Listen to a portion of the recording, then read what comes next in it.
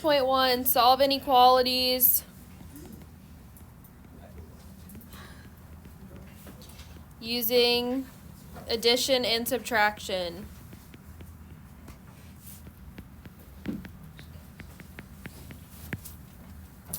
So we've done equalities, okay, where it was like, x plus 5 equals 7, right? And we moved the stuff over and we solved. So basically, as far as adding and subtracting, inequalities are the same thing. It's just it's not equals. It's a less than, a greater than, less than or equal to, greater than or equal to. As far as that goes. So, a graph of an inequality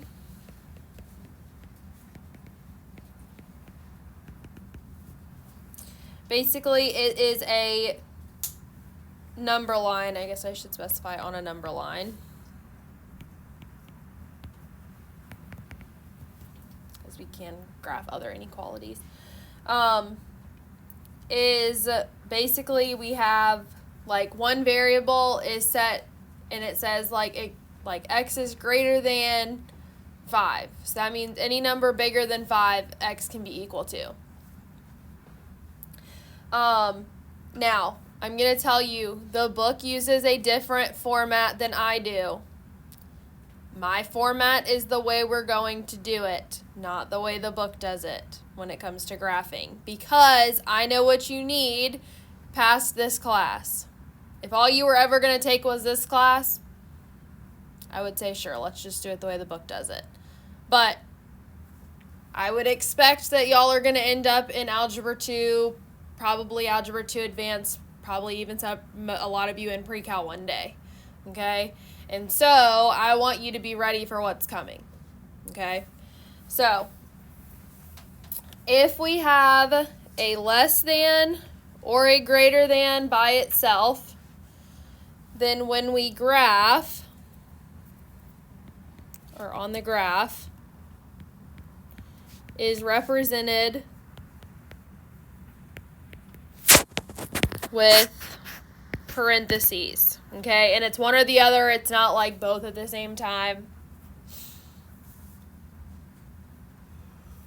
If it is less than or equal to or greater than or equal to, so if it has the line under it on the graph,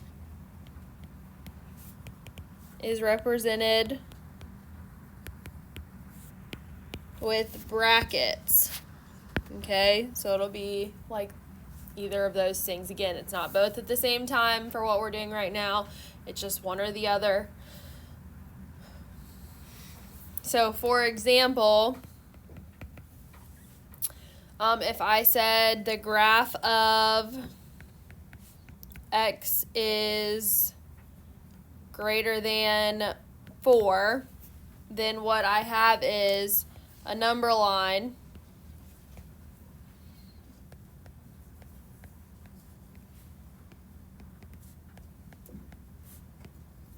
okay, like this. X is greater than, so that means x is bigger than 4. So what happens is I put a parentheses in the direction that it's going. So since x is bigger than, it opens facing to the right, and then I draw a little arrow this way. Okay, again, the part using the parentheses and brackets is what's different than your book. Your book uses open and closed circles, which people struggle with anyways, because half the time you can't tell if they filled it in or they didn't, okay? So that's another reason that we're doing it this way, but this leads you in, like I said, to things later on in math that you need, so I always teach it this way. Now, if it was instead the graph of x is less than or equal to 1, and I set up my number line here, and the number line can have negative numbers on it. Sometimes that happens also. then x is less than 1. That means that x is on the left side. It's smaller than 1. But this is or equal to. So that means it can also be equal to 1. So we use the brackets. So at 1, we put a bracket opening to the left. So it always opens the direction that the numbers are like filling in. And it has a line going this way. Now, because you're not using two different colors when you're doing yours, typically if you want to get out a highlighter and like highlight the line so that it's clear like where it's going, that's fine. But if I was doing it, say on paper, like you are, and I just have one color, I'm going to erase this in a second, but let's just say I only have one color, then you should be kind of super obnoxious about where it's going. Make it really bold so that I can tell where it is, okay? And make sure I can clearly tell, like, your brackets are squared off, your parentheses are rounded so that I can also see that, okay? But I need to be able to tell what area you shaded. Some people like to do stuff like this.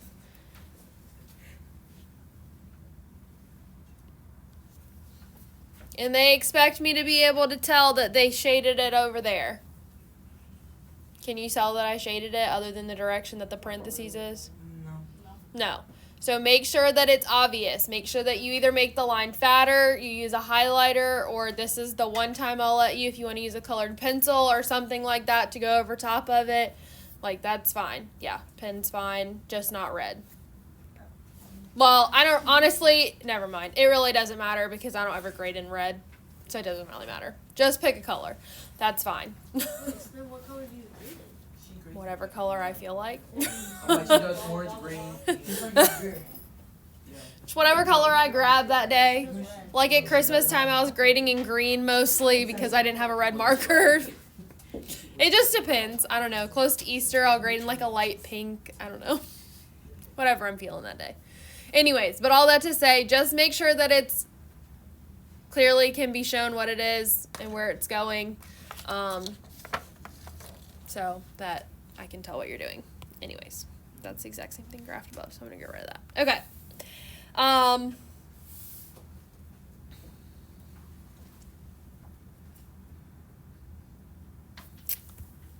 The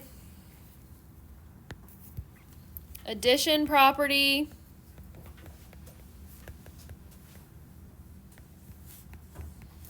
of inequality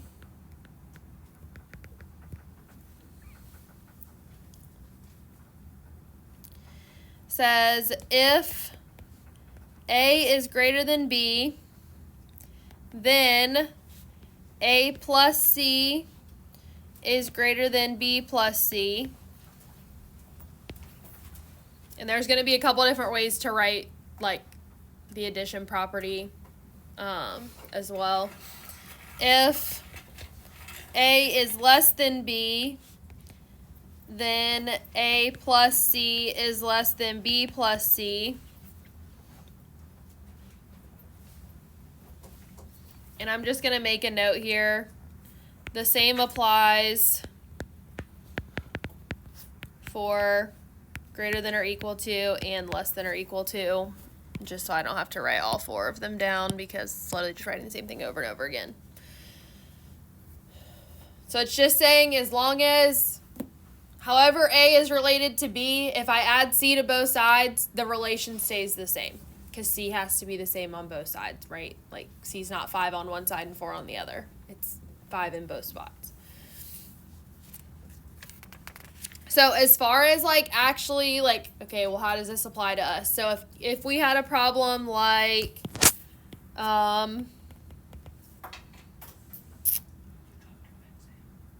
x minus 5 is greater than 4, then just like when we did equalities where we wanted to get x by itself, we still want to get x by itself with inequalities. So how would I do that? Add x, well, subtract. I want x by itself. Add 5. Add the 5 to both sides. I'm not going to go back and make you start writing the little plus 5s. Y'all have proven that you can do that. So we're just adding 5 to the other side. So x is greater than 4 plus 5 is 9. So the answer to this would be x is greater than 9. Okay?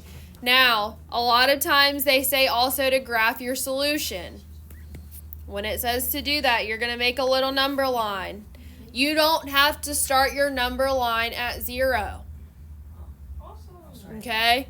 You do have to have your numbers in order. We can still skip count, just like we were doing on our scatter plot graphs where we were counting by 2s or 3s or 5s or 10s or whatever. Since this is a slightly bigger number, I'm going to still put a 0 on my graph, but I'm going to count by 3s. So 3, 6, 9. I usually like to put 1 past whatever number I'm going to. So x is greater than 9. That means x is to the right of 9. This is just greater than, so I put a parentheses here so it's rounded. And then I draw the arrow out, and the arrow goes all the way out to the end of your graph. Okay?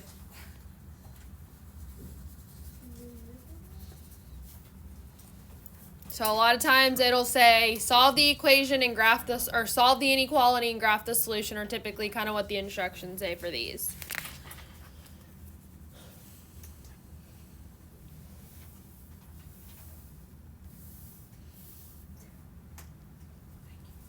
Now, I'm not going to write it either, but just like the addition property, we also have a subtraction property that says the exact same thing. Are we ready for a quiz?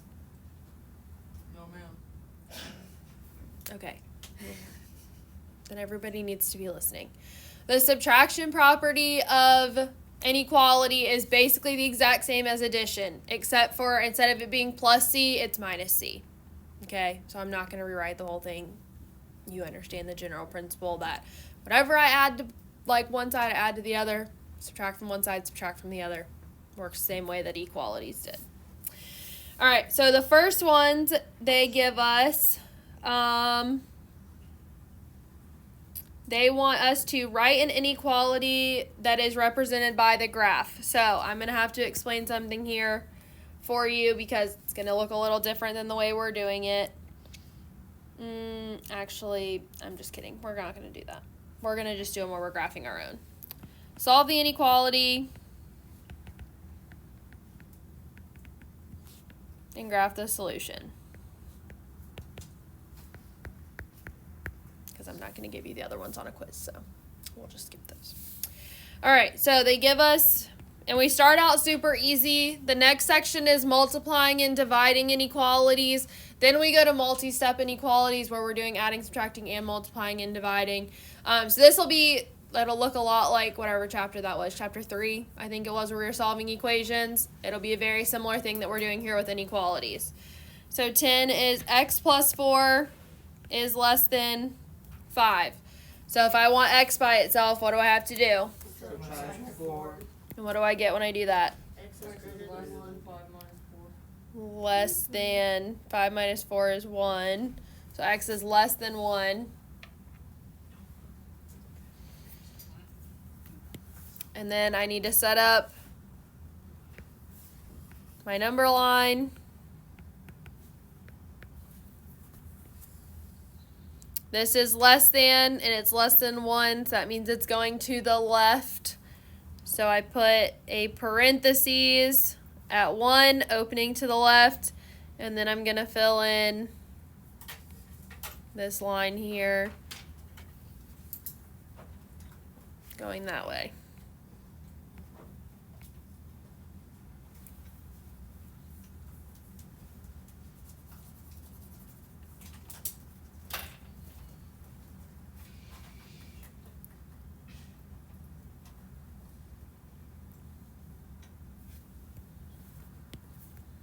Right, 12. Negative 1 1/4 is less than or equal to m plus 3.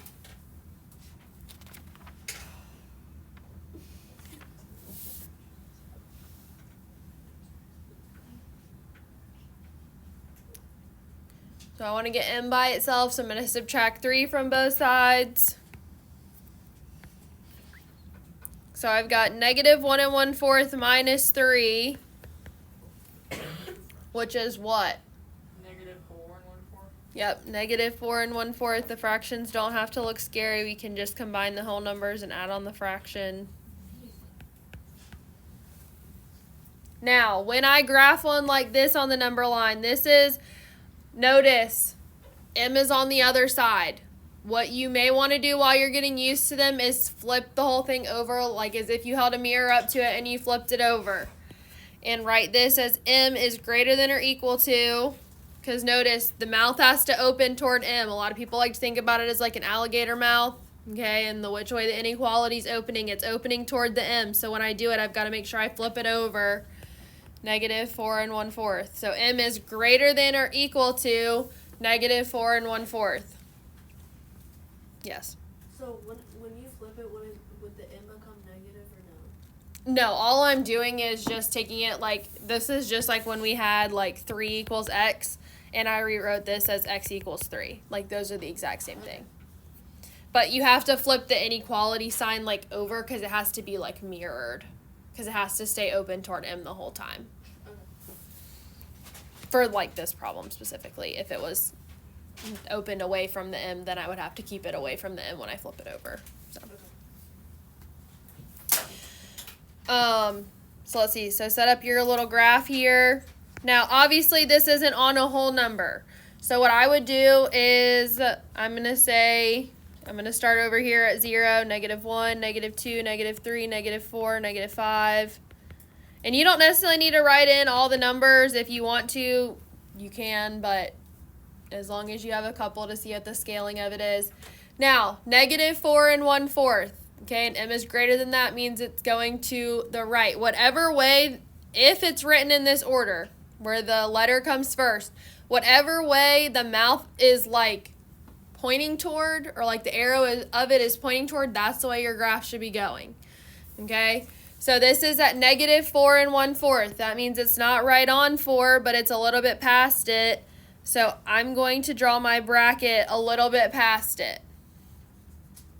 Okay, and it's a bracket because it's or equal to, and then draw this way and connect it.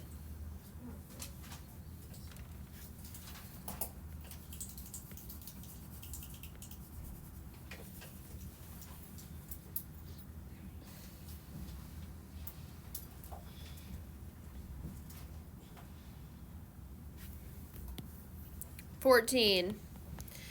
8.2 plus v is greater than negative 7.6.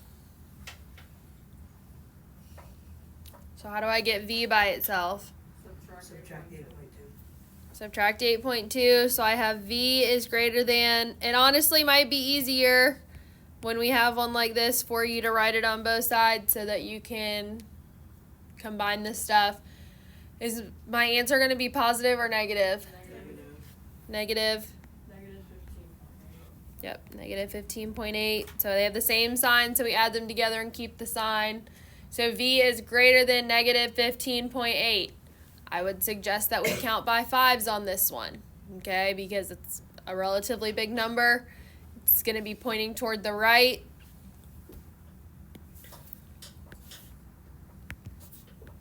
So I would say 0, negative 5, negative 10, negative 15, negative 20. So negative 15.8 is going to be pretty close to negative 15, obviously. This is just greater than, so it's a parentheses, pretty close here, and going toward the right. So whatever way the arrow is pointing is the way that I want to go with my graph. Any questions so far on this? Have we had any that went, oh yeah, we did have one that went to the left. Felt like we've been doing a bunch that were going to the right.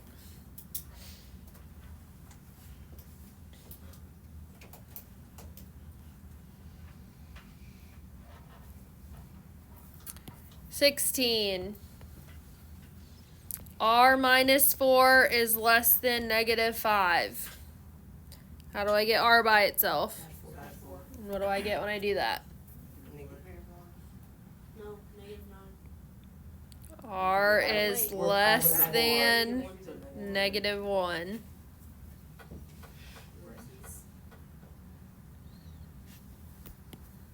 So this one's going to be pointing which way when I graph it? That left. Left.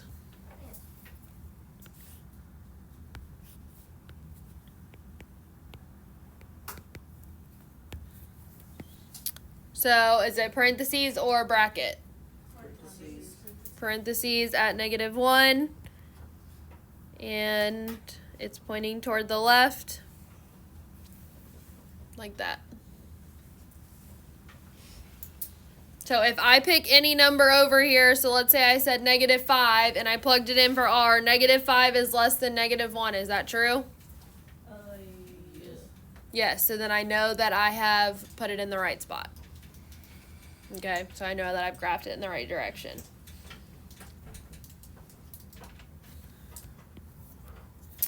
(18) Negative 1 1/3 is less than or equal to p minus 8 1/3. How do I get p by itself? Add 8 1/3 to both sides. So plus 8 1/3. So negative 7 2/3. I think. Nope. So look, if you need to think about it like this, 8 1/3 minus 1 1/3. 1/3 minus 1/3 is 0. So 8 minus 1 is. So this is just 7 is less than or equal to p. But I want to flip it, okay? So we have to mirror it. The mouth is open toward p, so when I flip it, the mouth still has to be open toward p. So when I flip it, it's going to be p is greater than or equal to 7. So which way does this one point? to the right. To the right, and is it a bracket or a parentheses? Bracket. Yep, bracket. So I'm going to start at 0 and count by 2s.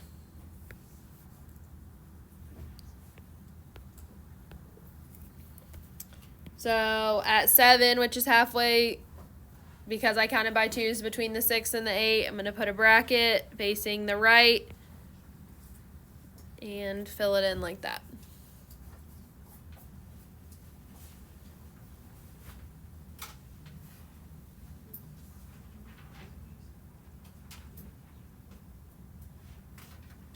All right, last one I want you to do on your own of this kind. There's one more thing we're going to do in this section, but 2.1 is greater than or equal to c minus 6.7. So take a second and do that one on your own.